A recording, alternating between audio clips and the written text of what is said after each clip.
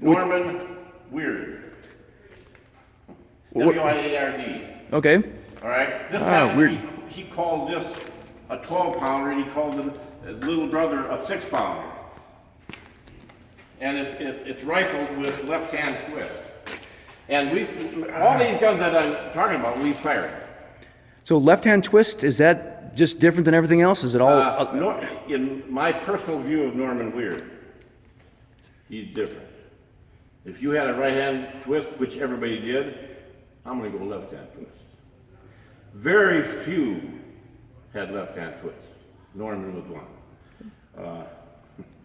But he also made the carriage. And where he got into trouble was James Ripley. He's the guy that's responsible for purchasing all this stuff. Mm-hmm. So you better get in good with James Ripley, a very conservative purchasing.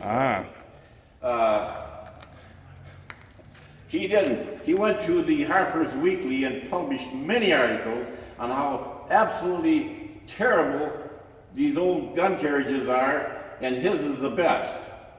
So he literally badmouthed the very guy that wants to make out a purchase order and buy something from him. So he made one big purchase of the weird guns. When I say guns, that means everything. And when it comes to politics, they get even.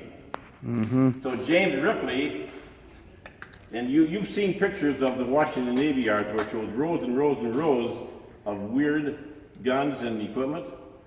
That's where they stayed through the war. They never got out in the field. After the first year when he made one purchase, that's where you can go look at them.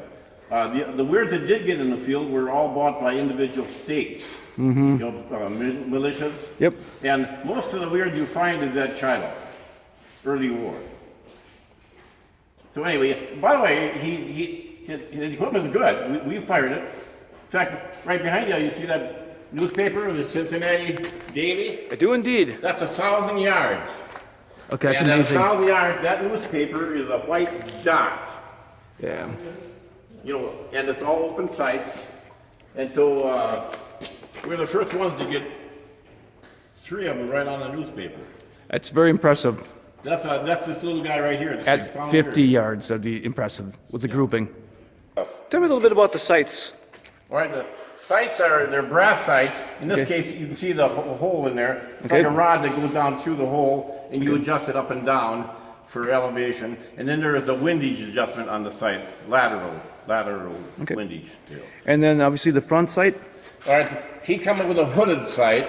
Okay. He did a lot of bragging. He figured that's supposed to be so good. Well, I guess it'll keep glare off from it. So I'm not going to discredit him, but he did everything different.